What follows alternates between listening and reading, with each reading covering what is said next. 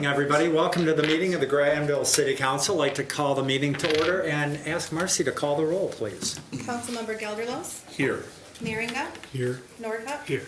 Steenstra. Here. Truce. Here. Vanderwall. Here. And Mayor Mas. Here. Well, the pastor we had scheduled for this evening is not here, so I've asked Councilmember Steenstra to give the invocation. So for those of you who wish, I'd invite you to stand for that, and we're going to follow that by the Pledge of Allegiance. Let's pray.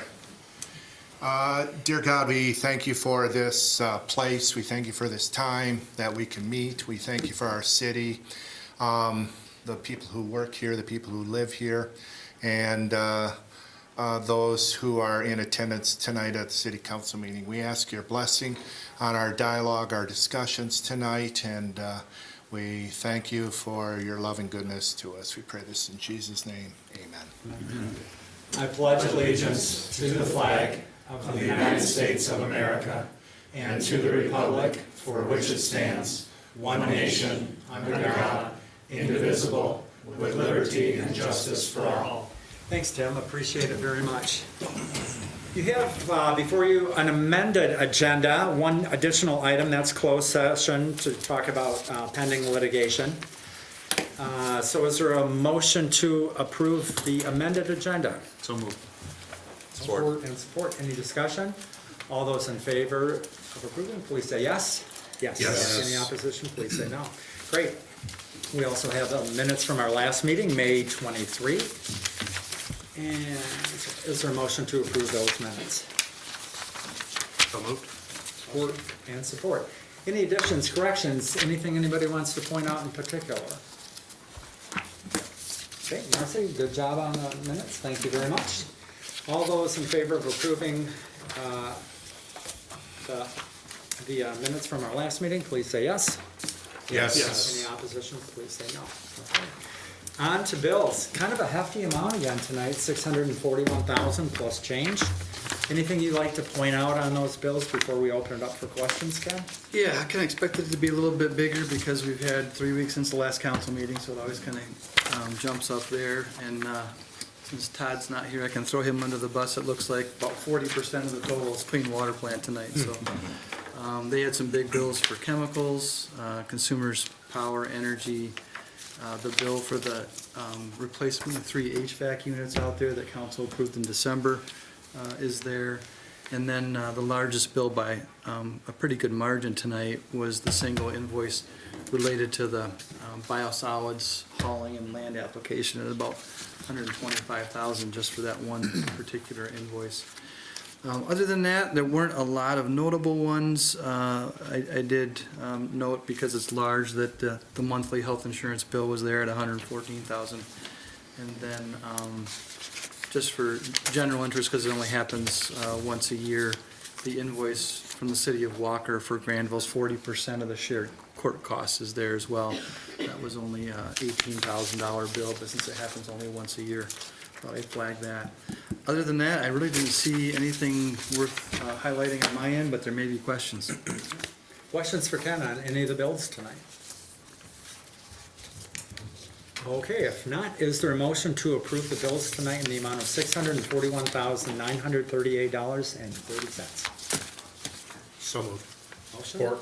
and support. Marcy, would you call the roll, please? Councilmember Meringa.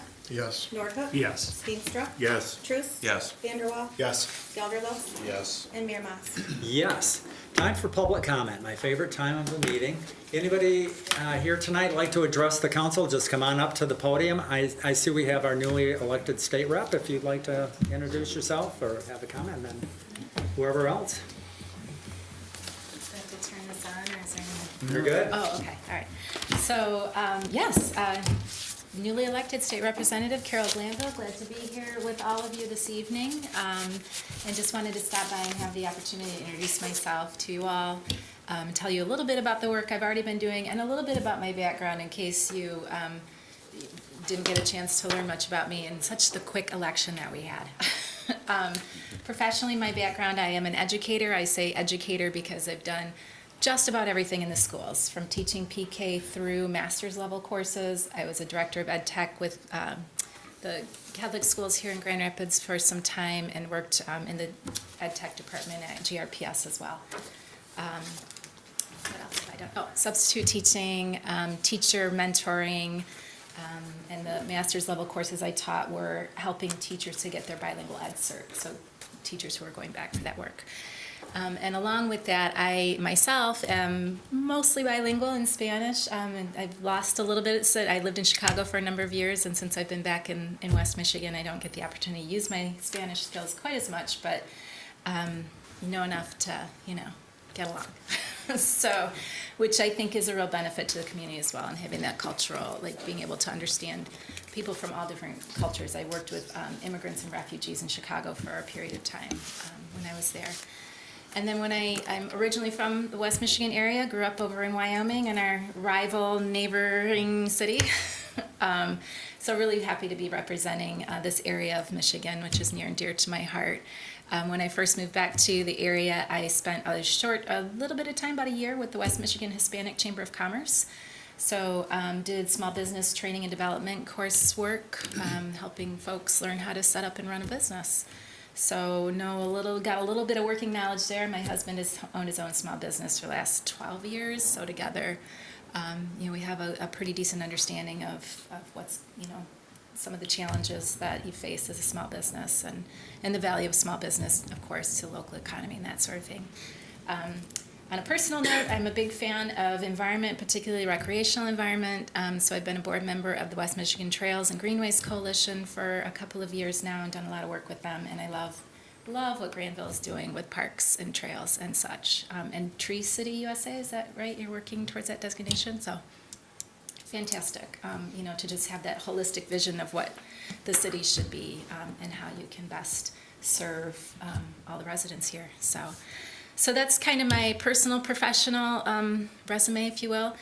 Since I've been at the state, it's been a month, almost exactly. I was sworn in on May 13th. So we just passed the 1 month mark. It's been a very, very busy time, as you might imagine, just figuring out, where to go.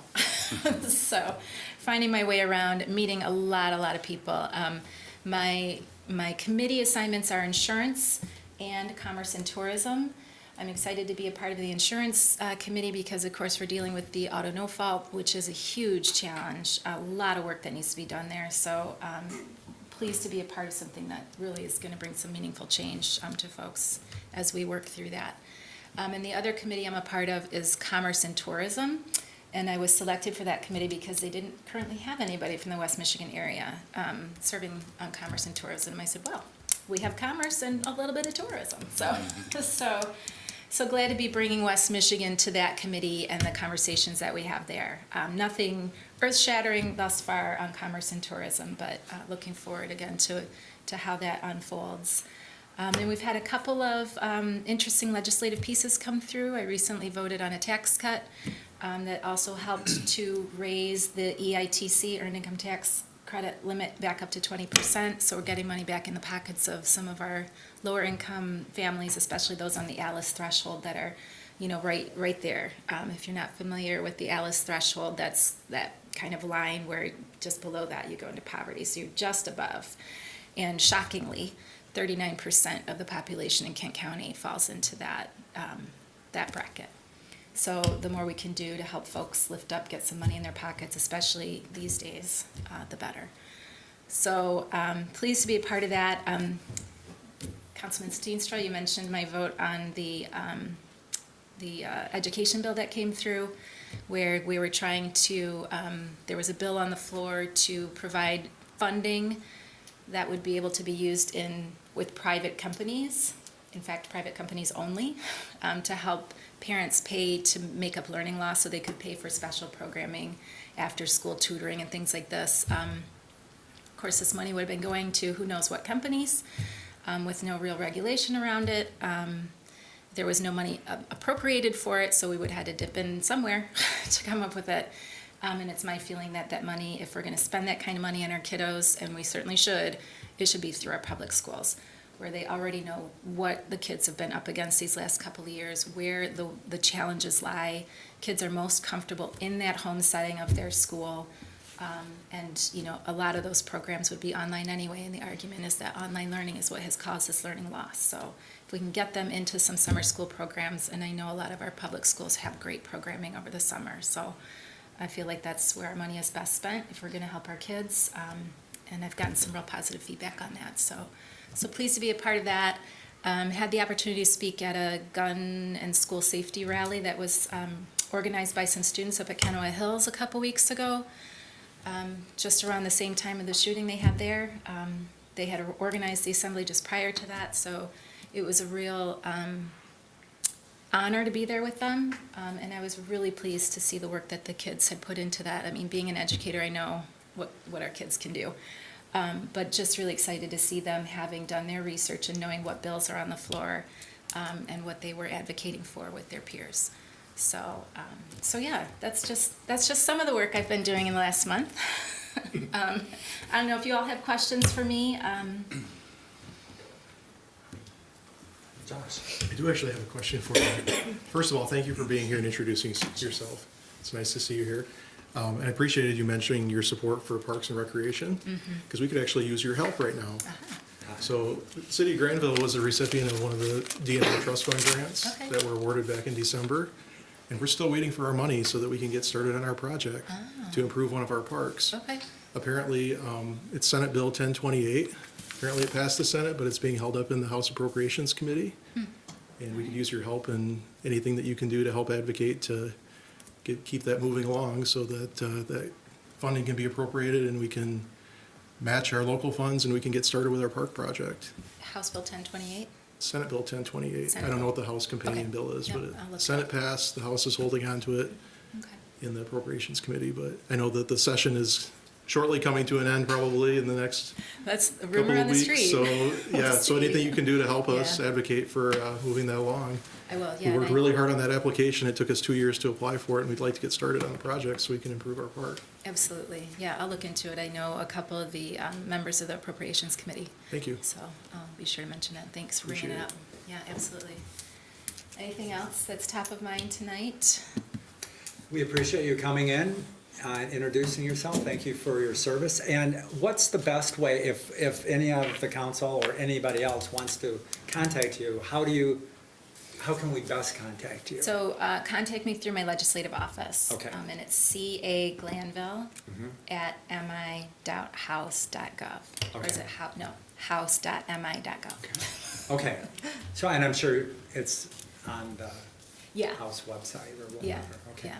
And I can actually, I can look it up and make sure you get the right contact information to put in the minutes. Make sure I get you to the right place.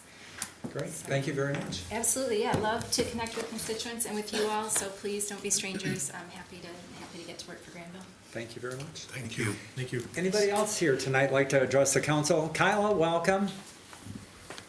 Good day to plant trees, right? And with a little rain. That's right. Carol said that working toward our Tree City US, actually, we've been Tree City for 7 years. 7 years. That's gone fast. And Yeah, 5 and it Sorry. really started with a citizen who came and was interested, and Kyla's chairperson of our tree board. So, great, Kyla, sorry, welcome. That's all right. Yeah. Thank you. That's a great introduction. And, you know, it's a real pleasure that we are Tree City USA. Right now, with the Granville Community Tree Project, our nonprofit organization, we've been working through classes and trying to get citizen foresters so that we have people that are skilled to go out and help us work on the trees. And tomorrow night, we're gonna have our tree ID class. It's a great place to start because as you identify trees, when you go to prune trees, you know that oak trees shouldn't be pruned until after a real hard frost in the fall or after it starts getting warm in the spring. There's the shapes of trees and things like that. As you plant trees, you know where you might want to plant a tree as you learn about the different characteristics on a tree and what they like. So we'll go through some of the basics. We'll make it an interactive class so that you're not just sitting there listening to somebody lecture. And it just you know, like it makes your awareness a lot larger as far as looking through your community and noticing different trees. So I'd encourage anybody that hasn't been through one of our tree ID classes to come out and watch our council member Tim Steemstra be certified as a community forester. And we have a few others that are on the board that will be certified. So, you know, it's a real pleasure to be able to grant people that certificate and to honor them for all the volunteer hours they have. They put a lot of hours in before they actually get that certificate, so it's quite an honor to be able to receive that and to know that you're volunteering and you're making your community better. It's really nice. And right now I'd like to give a big shout out to the DPW. I went out to the park and I was thinking, we got to get cardboard out, we got to get mulch out, we got to do this, we got to do that. And as I walked out to the park, there's dark brown mulch around a lot of the trees that we planted already. It was just like, wow. So that was a real relief. It was really nice. And I really appreciate all the hard work they put into making our trees better and giving them a chance to survive too. And Charlie's been super great. If I see something wrong with a tree, I have an arborist that I consult with, and I'll say, hey, this is what's wrong with this tree. What do you want to do, Charlie? Should we get it treated? He's very reasonable, and Charlie will treat them so that we can keep the trees that we have, the existing trees. And he's been really great to work with as far as, you know, preventive maintenance or what we can do in the future. And it makes a lot of sense to keep the trees we have, because we can't plant a small tree and have it get to that point for many years to come. So those are some of the things that we work at. But basically, I just wanted to extend an invitation for tomorrow night for our class. And I also wanted to thank everyone that participated in the Music on the Commons. I'm pretty sure that my granddaughter thinks because I plant trees in Granville, the city threw me a birthday party.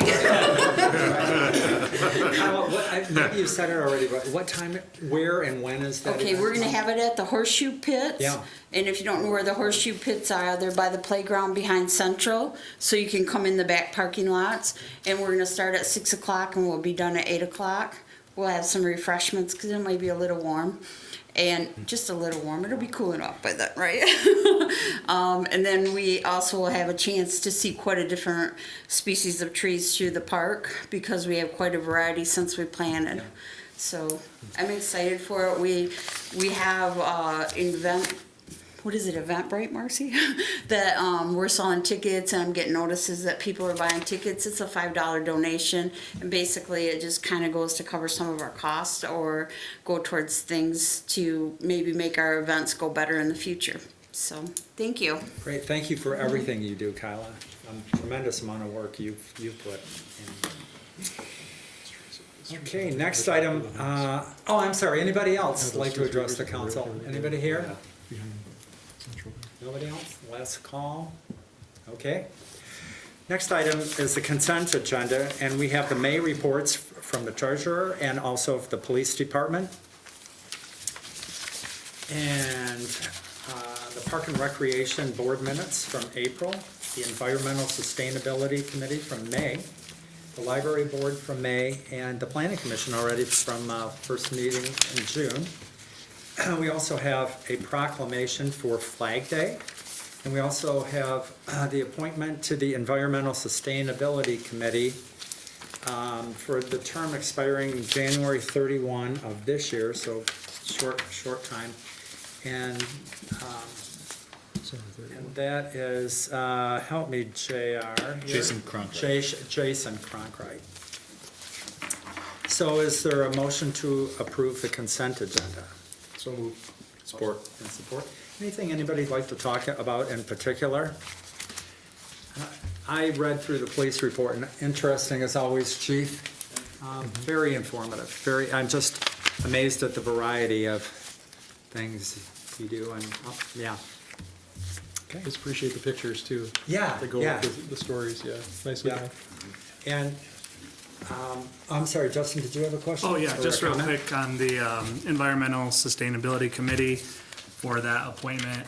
I was just wondering about the process, JR, if he had been interviewed prior, it seems like I recall his name from earlier or something, but I just wondered on the process of that. Yeah, because we only meet once a month, we actually had them both come at separate meetings, so it's been kind of a process. But they both came, both were wonderful candidates. Actually, it was a tough decision to make. Jason is very rooted in the community, ready to serve, ready to help out, and I think he's applied for a couple other boards as well, but he'll be a great addition to us. He actually came to this month's meeting as a non-voting member and just sat in and took notes and soaked it in, so we went through interviews.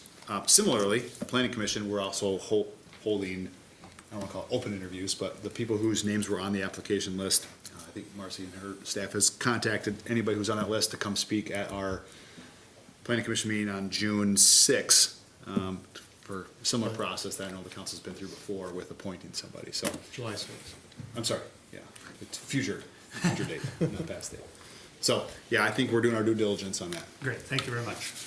Oh, just one other comment, Chief. I like the picture of, because I learned something new again, and that is retired Captain Doug Hurst puts flags in the Granville Cemetery.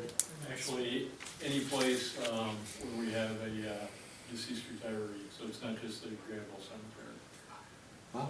Anyway, I didn't know that. That's really nice. Tim? Thanks for that information on the cadets too, Chief. I had a chance to meet those two young ladies when we had the ribbon cutting, and what struck me was how well they can communicate, which is key to doing the job they have to do this summer. So well done on that hire.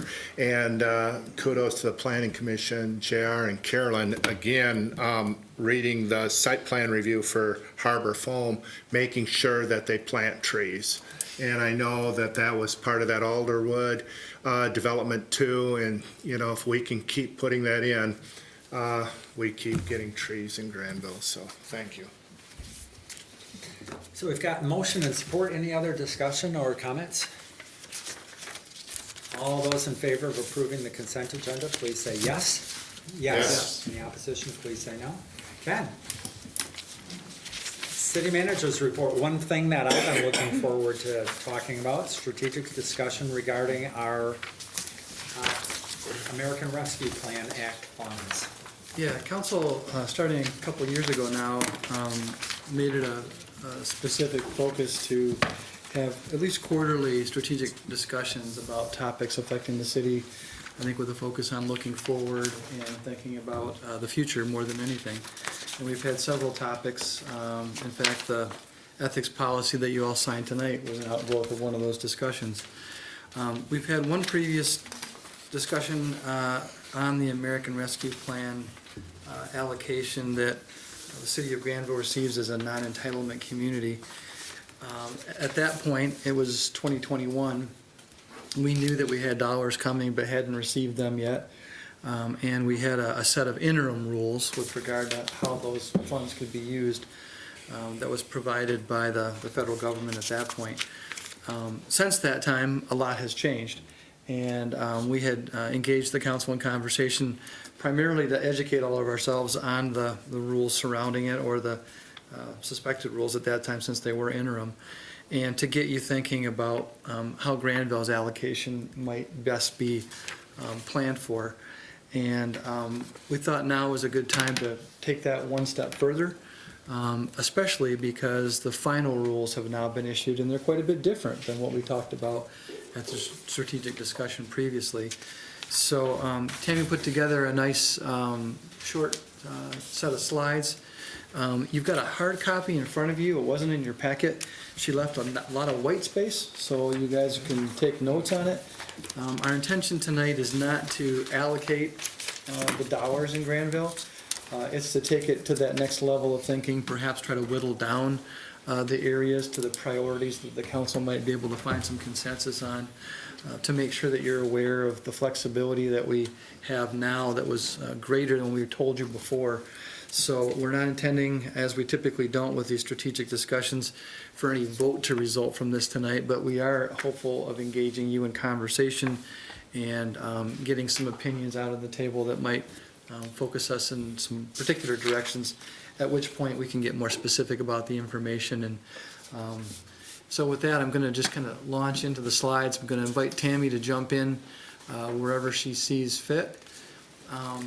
Some of this you've seen before. I just wanted to remind you where we were. But the total package from the federal government was $1.9 billion, geez, trillion dollars. Million, billion, trillion, whatever. Yeah.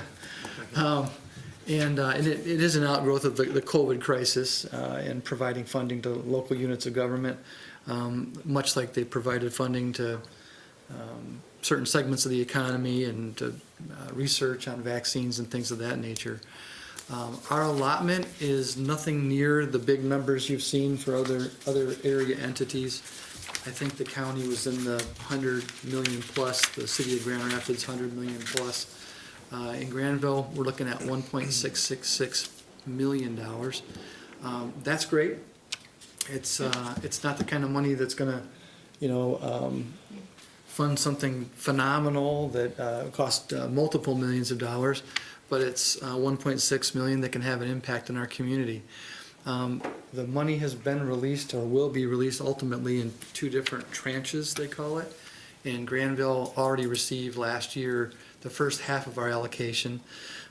So Tammy has inserted our $833,000 received to date into a separate fund to keep track of that. We will have to account for it at the end. And it's earning interest with our pooled investments, is that correct? Good, glad to hear that. And so we are here tonight to talk about that $1.6 million. The big change is the bottom bullet on this slide. When we talked last time, there were only a few areas that we were being told that we could use ARPA funds for. They were very specific. But when the final rule came out, that had been adjusted, and any municipality that is receiving less than $10 million, they are able to consider that all revenue loss. We talked about revenue loss and making up funds that we have been impacted by with COVID. And so in our case, as a recipient of $1.6 million, essentially those restrictions we told you about before are no longer in effect. And what we can do is use our allocation in Granville for any eligible use of any governmental service. So you can see how quickly that became a much broader conversation. We were focused on infrastructure and broadband and those kinds of things, revenue loss being one of them. But this is very different from what we talked about last time, and you'll see from some of the scenarios we put together, some of the possibilities open to you as a council. These slides are a repeat. GFOA, that's the Governmental Finance Officers Association.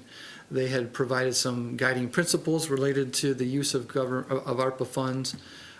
They had suggested that they should be non-recurring type expenses, and that will help them, help us, I guess, more appropriately, to not create programs that have ongoing expense that are difficult to fund in the future. No additional hiring necessarily that continues on, no new programs that have initial funding but no follow-up funding, that kind of thing. And they did indicate that infrastructure is a particularly well-suited use of ARPA funds. Go ahead.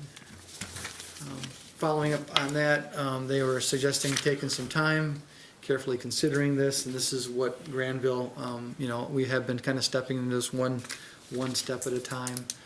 As a reminder, we don't have to spend those funds until the end of 2024, and it's not even actually spent, if I recall right. It was. If you start a project prior to that could carry over into the following year, they would give you the additional time needed as long as the project was started prior. Am I remembering a 2026 date maybe for ultimate? I don't want to say that for sure, but it seems that way. Yeah. So we're not under the gun time-wise. However, we do want to, some of these things that we're talking about require a lot of lead time as well. And that hasn't gotten any shorter in the aftermath of COVID. So we think we're in a good place time-wise here. These are now new slides from this point on. Tammy and I have spent a good bit of time looking through our various sources of information on this, including the final rules that have been issued. Looked at a little bit at what the council had talked about in the first conversation we had on this. And what's going to follow this slide are all kind of based on these particular considerations. Staff would suggest that the use of funds, ARPA funds in Granville, that council pay particular attention to trying to identify uses that have a clear public benefit, and in particular are of a notable size and impact, so people can understand how we are using those funds and benefiting all of our citizens. What you're going to see that follows here are all projects, we're still on the same one, sorry, that have already been identified. We didn't make up anything new here. We didn't focus on creating something completely off the radar screen for the city council, but we wanted projects that were not currently budgeted, but we had already talked about in one form or another. And a major source of these would be the capital plan, our 5-year capital plan. Those projects that have not been funded but then been identified by your department heads and staff as needs heading our way. We also are trying to focus on projects that we believe to be readily achievable without a lot of administrative hassle, or that we're well geared to be able to process things like infrastructure projects where our engineering company are able to pull those things together. We have the information and they can move relatively promptly. We're hopeful the projects that are selected are easily administered. This really comes back partly to the financial aspect of this, and the fact that while we're not going to have to do a single audit now, which we thought initially we would, we still are going to have to account for the use of funds. And also on the heading of easily administered, not wanting to stretch staff with such a long list of projects that it takes a ton of staff time to implement. And then lastly, we like to look for projects that do have a COVID connection, even though we've got a much broader allowable use of funds. This was the purpose of the program, and so a lot of what you're going to see, we think we've got a legitimate connection between the projects and COVID. Thanks. Already kind of mentioned, we're looking at the projects from the capital plan, from previous council input from our boards and committees, from department heads, and ultimately we'll be sharing this with the public for their input as well. So here's what we did. We kind of wanted to focus on making this as visual as possible as opposed to a long list of words on a page. And so the concept here was trying to take our total allocation of 1.6 million of ARPA funds, which is represented by the total pie, and then dividing that by a number of those identified but not budgeted projects, and showing in that pie format the kind of flexibility council has to put together ultimately what you hope to accomplish with the use of these ARPA funds. Further, we have grouped them initially into categories of similar projects. So the first pie chart that you see, we have named the Parks and Public Spaces grouping. And this is one scenario of many that are possible that shows a potential allocation of all of our allocation of ARPA dollars only into parks and public spaces. And so, Tammy, maybe you want to just briefly talk about these projects. Yeah, on some of these numbers, we actually do have numbers listed in the capital plan for these particular items. But like the pedestrian bridge at the cemetery, that was from the Park and Rec Board. That was an upgrade that they wanted to see. And of course, we've already allocated the $240,000 for pickleball courts, so you're gonna see that in every grouping. The pavilion upgrades, the park restroom upgrades, those are in the capital plan, but we don't actually have like assigned costs then at this point, so they may be upgrades that are spread throughout a couple of parks. The same as like the rain gardens. We don't know the area necessarily where we would put the rain gardens, but this is an allocation you could put there. Playground equipment, the we're thinking at Wedgewood, it's probably gonna be approximately $250,000, but Calvin Court hasn't had anything over at that, park in a while either, you know, so these are just like a rubberized court in place. Those are, it's great, it eliminates the risk of children getting hurt, you know, it's way more accessible to all the children at that point, even children with handicaps and needs that they have that way.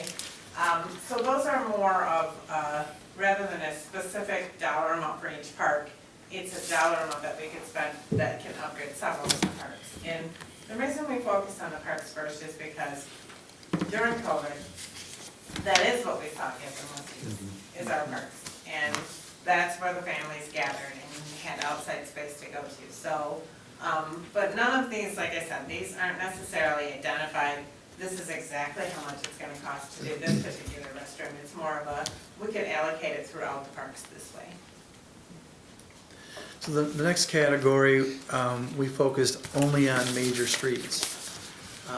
And using our capital plan allocated, again, all of the ARPA dollars only to that particular need in the city. We focus on the major streets. Those are the most heavily traveled. They are the backbone of the city's transportation network. A local street doesn't serve everybody necessarily. It serves the folks in the neighborhood. A major street serves everybody.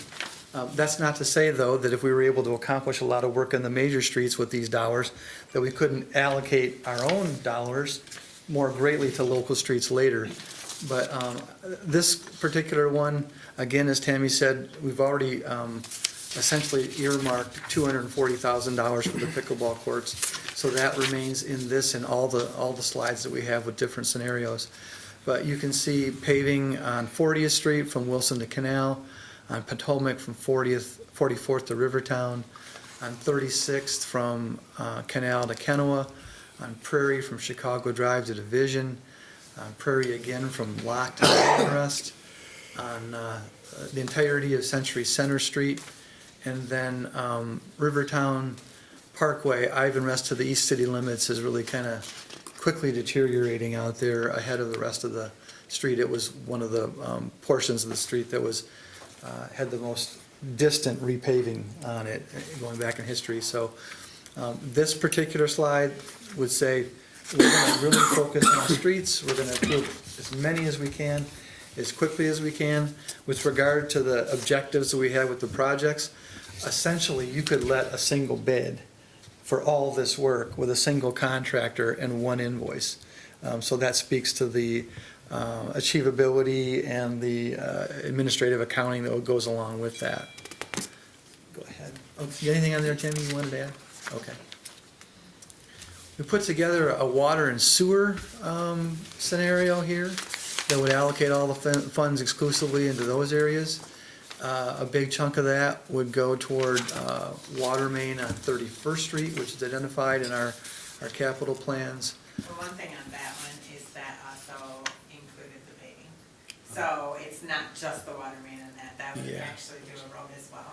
So that's why it's a little higher than what it shows in the capital plan. From the clean water side, we've identified, and Todd has talked before with the council about flood modeling. We've gotten more and more flood information available to us in recent years, including river level gauge. A force main replacement on Wallace. You might recall that council applied for, through our engineers and public works department, for a state grant to try to get funding for identification of lead service lines in the city. We were not funded along with almost everybody else because there was such a huge demand for those funds across the state, everyone knowing that that's a requirement that's heading our way. So we inserted that same amount as we had requested for grant funding for that activity. And then, again, the pickleball portion that's already earmarked.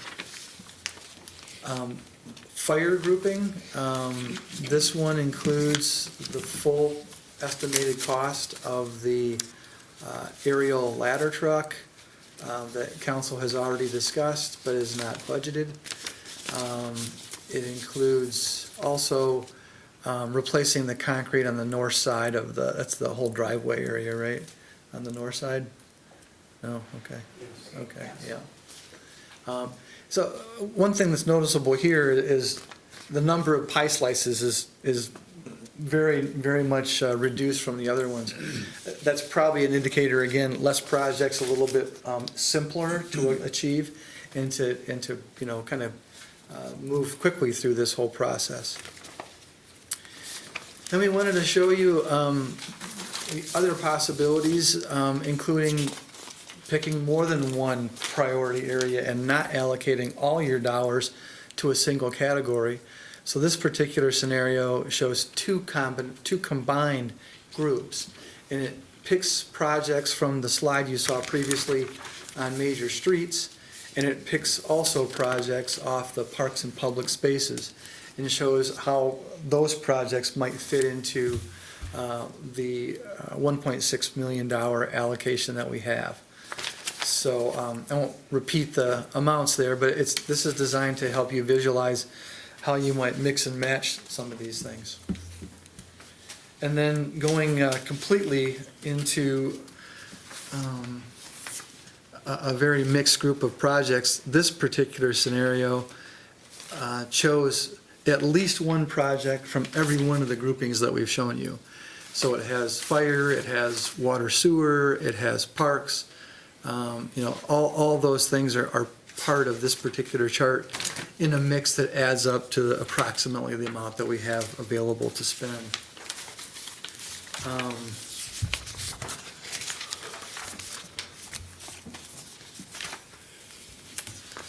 I think what we want to convey is, and hopefully the visual way we've done this helps your thinking. We're trying to convey your flexibility, but we're also trying to convey it's probably time to start figuring where your priorities are gravitating toward. There may be some things that were on these scenarios that don't have a great deal of council support. They can wait, they're not as critical as some of the other needs. So we want to get your thinking into that. How do you come to a conclusion that is the council consensus on a use of funds that once you use them, they're gone? You can't go back and do it again. It's not recurring. You're going to have to make an allocation, and then staff's going to have to work to implement that. I think it achieves our goal, which was to display for you how these things can come together, and that you can pull out a pie slice and put another one in. You can mix and match. There is, fortunately, with the final rules, a tremendous amount of flexibility compared to what we told you a year ago. But with that, unless there's questions for Tammy or I, it's probably more time for council discussion. And what do you like? What do you not like? Are there things that we can alter and bring back to the group that you want to see in a different way? Are there suggestions for things that should rise up on your priority list or drop down? That really is the purpose for today's conversation, Mr. Mayor. Well, I'll start.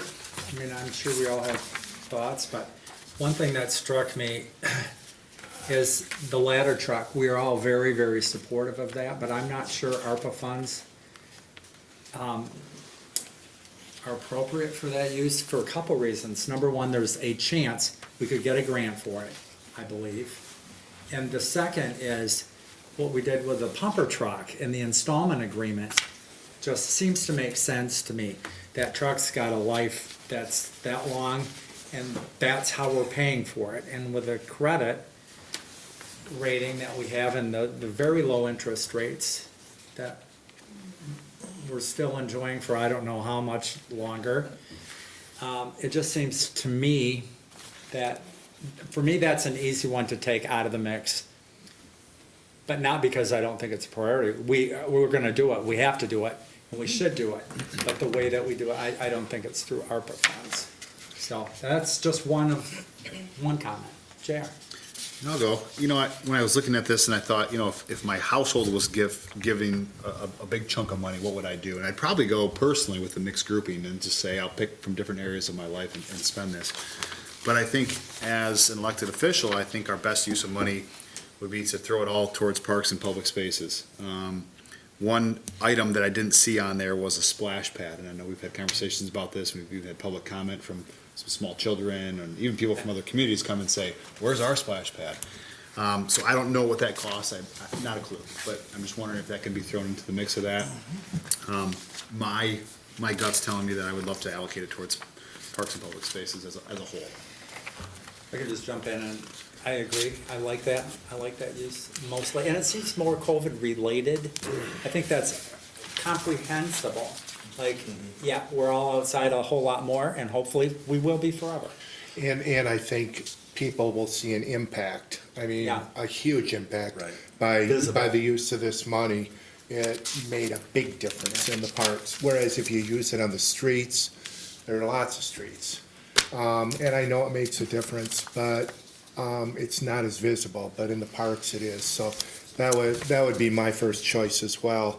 I'm not opposed to the fire truck though, because under the same type of thinking, it's visible. We did this, we got a $1.3 million ladder truck that we needed to service our community with fire protection. But my number one choice would be parks. Just to follow up with the splash pad, I also have a stack of letters from the second graders who came to City Hall, all in favor of the splash pad. I'd be happy to share all of them. There is a stack of them. Anyway, I digress. Paul? Well, it'd be great to be able to deliver it to the second graders, but I would agree with my colleagues on either side, and that was that was my initial reaction as well, is that the parks and public spacing is the best place for this funding. The streets and especially the water and the sewer stuff, isn't the infrastructure bill supposed to take care of a lot of that, especially the lead line identifying and stuff like that? And that's a great point. I'm glad you asked that question, Paul, because I meant to bring that up earlier. We had kind of been holding off on this second ARPA discussion because we were waiting to get the similar final rules with regard to, you know, what kind of parks grants might be coming from the state of Michigan from their ARPA allocation and what the infrastructure funds might be. And we just don't know yet. I think both of those it's possible we might be able to see additional funds or funds in lieu of using ARPA to do that. And it's a point that we have been very conscious of, to say we probably don't want to allocate all of our ARPA dollars and then find out we could have gotten that funded another way, and we want to use those dollars for different projects, which is another reason you're not getting a big push from staff to say you got to make a decision on this. It's already kind of morphed from the first one. It's the first time we talked about it. It's probably going to do it again, and we need to constantly be aware before we do anything final that we don't paint ourselves into a corner using our one-time funds in a way that won't benefit us to the greatest extent possible. Yeah, Justin. Yeah, I had parks written down as the top. I think I agree with everything that's been said. It goes to quality of life. It goes to visibility.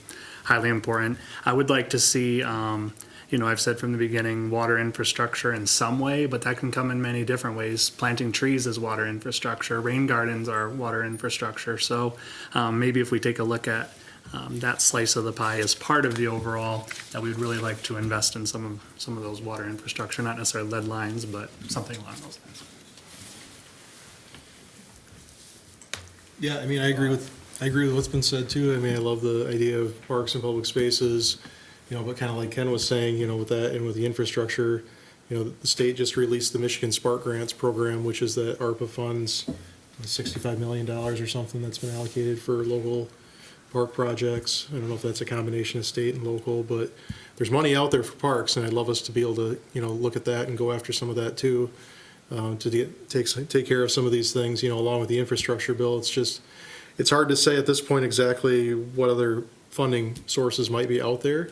I'm glad that we kind of keep this conversation fluid, because, you know, as things come up over the next couple of years, we may have opportunities to move things around and fund different things. You know, even, I think it's great that we approved the $240,000 in the budget for the pickleball courts, but even if that could be funded by something with a grant, you know, and then we back that out and put that towards something else, I mean, I think there's a lot of flexibility, so. But I agree with the idea of, you know, it should be something very visible, it should be something that everybody can take advantage of, that's, you know, something that we can really, you know, improve quality of life with. And I guess to keep in mind too, some of these other projects, you know, also very, very important. You know, the roads are important, the fire truck's important, you know, the water infrastructure is very important. If we would decide to put some of this towards some of those projects, that frees up other general fund dollars that we were gonna spend anyway to use for other purposes down the road. So I guess a question, you know, I thought that your comment was interesting, Mayor, about the pumper truck or the ladder truck. Yeah. Since that's something that's financed over 15 years, don't we have to have this money expended by 2026? Or we just have to have it identified for a cost? Because would that even qualify if we're going to pay that over a 15-year period? What we would do with this is we would take cash. Oh, you just pay it front instead of financing it? Yeah, you Okay. take cash. I see. Right. Yeah. You wouldn't?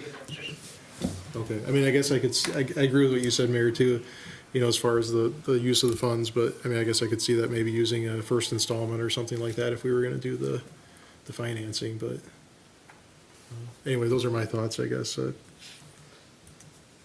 We have lots of options to look at here. Almost too many options. Which is a great problem. It's a great right? problem to have, yes. Too many options to choose from, but I like the thoughts that have been shared so far. So. Randy? I like the parks idea as well. I think this is an opportunity where we have money that we can view as a gift to the community. There's many things in here that we could spend it on, and ultimately we will fund those projects one way or the other. But this is just a way to give this community a gift a little bit above and beyond. So I like highly visible and the park spaces type projects.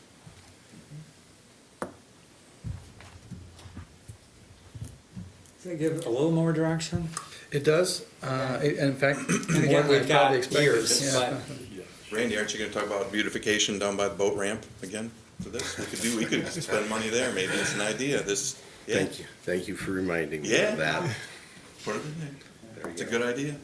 I did have questions about the pedestrian bridge at the cemetery, where that would go, because then we would do, are we talking about trails to the I think, south Yeah. eventually? I think that's what the Park and Rec Board is thinking about. That would Which replace are that. not there yet, but it would be the first step towards that. And the trail, the actual making trails isn't that hard of, I mean, it's, Just turn them loose, they'll make them well, themselves. there are groups that would be happy to do that. Yes. Under Charlie's supervision, right? Replacing that rickety bridge that's over there at Yeah. Service Bridge. Yeah. That's Okay. great. I mean, having that many comments that are positive towards the parks and public spaces, maybe that's just helpful in setting an initial trajectory. Obviously, if there are, funding opportunities for some of this stuff, we fully want to take advantage of those and use the state's allocation of ARPA dollars for those things before we use the local one. Right. But I think this gives us really good feedback. You didn't have this in your packet. It was dropped on you tonight as a presentation. Other thoughts are certainly likely to pop into your minds in the coming days. And anything that you want to register back for myself and Tammy, just send them our way. Our folders are getting pretty thick on ARPA, so we'd be happy to try to put them in. And I don't know when you can expect the next conversation. I'd like to think at least once more before the end of the year, the calendar year, because we do need to at least start to get to a direction where some of these things do require a lot of work, and so there gets to be a time crunch at some point, but we're not there yet. So let us know if you have those kind of thoughts that occur, either sending them to us or bringing them up under council comments at a future council meeting. we'll try to not lose track of any of them if we can help it, and bring them back for further council consideration at the time we all think it's right to keep moving. Thanks for giving us a hard copy too. I mean, this is gonna be all of our worksheet that we go home and look at. And I'm also glad that Representative Granville was here tonight during this discussion. Yeah, because it all fits together. It does. So thank you for staying as long as you did. You know, once you come, you don't have to stay until the very, very end, but thank you for doing. I got a whole thing of notes going here. All right, thank you. Now we're gonna kick her out though, right? In just a couple minutes, we are, along with everybody else. Anything else, Ken? You know, I just wanted to give the council a chance to think a little bit. Your packet included Tammy's announcement that she's leaving the city of Grandville after 23 years. And that's a blow, obviously. We don't want to lose her, but she's doing it for all the right reasons. So I appreciate the fact that she gave us a great amount of lead time to work towards finding a qualified successor that fits the role here in Granville. My suggestion is that because that position is so tightly woven with what the city council does, even though it's ultimately a manager's recommendation to the council on a replacement, the council does have to affirm that, confirm that by motion at some point. And with my pending retirement, I've got less interest or less investment into it in the future. So, you know, I want to make sure the council feels fully involved in the selection process, and not just that you're getting an announced name at the end for you to either thumbs up or thumbs down. So my thought process would be, Mr. Mayor, perhaps to see if we had a couple of council volunteers that wanted to maybe serve on a little bit of an ad hoc committee to work on the position announcement and the selection and that process, so that when the recommendation comes back, it's already coming with a recommendation from a subset of the council as well. It doesn't have to go that way. That's just my suggestion right now for where we are at this point in time, and trying to expedite as good a decision-making as we can. We know we're not gonna get anybody as good as Tammy, but we wanna get as close as we can, right? So that's the goal. So anybody interested? You know, I think we all are, actually. We're all just about. interested, yeah. You know, I remember, when Charlie was hired, did we have a similar, because I know everybody was at the interview, I mean, all the council was. I think in that A case, couple of us were, yeah. Okay. Yeah. Paul and I think, and then Ken. But I know everybody was involved in sitting in during the interviews and so on. yeah, we actually did public interviews, and we can do that again. You know, this isn't such an extensive bureaucracy in our small suburban community that that we have to compartmentalize everything, and I think some group decision-making sometimes leads to really good outcomes. So the more input, the better, and that's kind of been the pattern, is to try to make that happen. So the department head numbers are small, but they have mighty responsibilities, and we want to make sure we've got good people that are in charge of all of our departments in the city. So I think it sounds like our biggest problem is not getting it done, it's figuring out how to do this with less than the full council at one Right. time. You know? So okay, I'm interested, but I can back off if it gets to be too big. Same. I could back out too. I was gonna suggest Justin, because he's on summer Okay. break right now from school. He hasn't always had an opportunity during the There regular you school go. year to do that. And Okay. I think he'd do a good job. So, Appreciate I mean, it would be 5? Not- You can't have that many. Huh? You don't want that many. You want It less can't than be a quorum. Oh, yeah, that's Yeah. right. Right. So your max is 3. 3. I'll back out. I'll back out too. Paul, Tim, and Justin. Either way, but okay. I mean, I'm assuming there'll be public interview, I mean, Yeah. I would really like that, but. I was intending to sit down with the committee first and just really talk about how they wanted to do it. So you can get, those that are not necessarily serving on this small committee can certainly give suggestion to those that are as to process, Okay. and they can bring it back to council. Was it Justin, Paul, and Tim? Is that what I heard? Okay, all right. Then, I was in agreement, sure. we'll be in touch with you guys very shortly, because we'd like to get that going as quickly as possible. And we're gonna have the benefit of Tammy's input. She is very willing to make sure that we have all the information we need to make a good selection as well. So we'll kind of find a way to get a time that meets to convene everybody together. I did have one other thing. For those of you who may not have seen an email today, we haven't ordered in the past couple of years any new city logo apparel. And so we sent an email out to council today, to your city council addresses, that gives you access just for the week. It's very brief, but our vendor that does uniforms for our various city departments can actually create an online store where you can go right in, nice. make a selection off it. Have you done it already? Yeah, I checked it out today. It's very nice. You can look at colors, you can look at different styles. Yeah, pick size, pick color. There's the limits are there. It's all right in front of you. So this is for where at city council meetings, conferences, city events, when you're looking to be identified as a city representative. Our administrative staff is participating in the same online store. So if you didn't see the email yet, make sure you look. And the reason I mention is because we're trying to squeeze this in at the end of the fiscal year.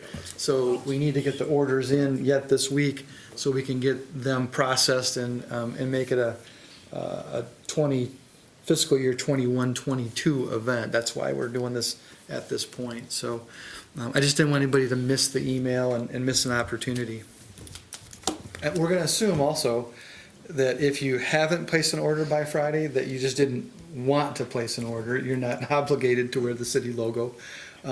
But I don't think we're gonna be seeking you out to say, hey, are you sure? Okay. So it's up to you if you want it. Use that link. Tammy was. Stop in too. I mean, if you're struggling with it at all, you can always stop in and we can pull it up, so it's not a huge deal. Yeah. There's kind of in there. You can figure it out, Randy, I'm sure. Nah, but seriously, it's really easy. It's just a click of a button and it pulls the store right up, so. That's all for me, thank you. Okay. There's models on the site wearing the. I looked at the link already. Yeah. So before we have a motion to adjourn to closed session, let's do council member comments. And Randy, let's start with you tonight. Good tonight, All right. thanks. Josh. Just gonna say again, thanks to Carol for being here and welcome anytime to come and talk with us or stop by. Congratulations to Marcy on being named to the municipal clerk's honor roll. It's nice to be recognized that way. And congratulations to the DDA and to all of us, I guess, for the ribbon cutting last week on the Farmers Market Pavilion. You know, it's like 10 years since we started the streetscape, and that was part of the vision from the very beginning with that. It was to do a Farmers Market Pavilion as part of that project, and we just didn't have the resources available at that time to kind of do all of it. But it's great to cut the ribbon. Lots of people there at the market opening last week. Nice to do a memorial for Rick Woolhouse, too, and as part of that. Very nicely done. And lots of positive comments about the Market Pavilion and just the variety of different things there, and there's so much going on, and really nice addition to our downtown. So great to see that finally come to fruition. Yep, that's it. Justin. I just wanted to comment on the concerts at the Commons. I enjoyed myself, and I know a lot of us did. Teresa was very apologetic over and over about this just didn't have the turnout I expected. And, you know, I remember going to the very first Blueberry Vintage Festival, and it was, you know, kind of dead. And now look at it. So I think this is the kickoff to something great. So I was happy to be there and see that. And then I just also wanted to ask if there's anyone else who's planning on resigning, just give it to us now, because this, you know, just losing the all-stars here one by one is difficult. But congratulations to Tammy for the opportunities that await her. And I also just wanted to thank Representative Granville for being here. I can attest to her background, as I received my English language endorsement. She was one of my professors, so. What kind of student was Was it? it? Yeah. Marcy will turn off the recording. I thought he was an awesome student. Thank you. And thank you for respecting FERPA there. No, I'm just kidding. I have nothing additional. Paul? I'll just add my thanks to what's already been said to Representative Glanville for coming here tonight. Appreciate your attendance. And I think we will have time to suitably honor Tammy before she departs. So I want to talk about the other superstar that we have, department head, who it has been mentioned, and congratulate Marcy for being named to the 2022 Municipal Clerks Honor Roll. It's a national honor and a national recognition, and you know, we in City Council all know what a superstar she is, but to see her get the national recognition that she so deserves is, well, it's very pleasing to me, and I think to all the rest of us. And I trust that the minutes will reflect this next time, and if they don't, I will offer an amendment and make sure that it is mentioned in the minutes how much we think of our clerk. Thanks. Sure. Well, it's a blessing and a curse to go last, so thank you for everybody for the previous comments, and to Carol for being here too, so that's it for me. Thank you. Yeah, I don't have much to add. You all covered everything I wanted to say, other than look forward to seeing you at the farmer's market tomorrow, and the concert in the library amphitheater, and the rest of the events on Thursday night. So now, is there a motion to adjourn to closed session under Section 8E of the Open Meetings Act for the purpose of discussing pending litigation regarding commercial tax appeals for 1, Granville Inn, Inc., and 2, TF Granville MI LLC, because an open meeting would have a detrimental financial effect on the litigating or settlement position of the city. Such a motion? Supported. I just thought it would be interesting to see if you'd repeat that motion. Sorry. Okay, motion and support, any discussion? Okay, if not, Marcy, would you call the roll, please? Councilmember Norcutt? Yes. Steenstra? Yes. Truce? Yes. Vanderwall? Yes. Gelderlos? Yes. Merringa? Yes. And Mayor Mas? Yes. Well, thank you, everybody, for being with us tonight. We're going to go into closed sessions.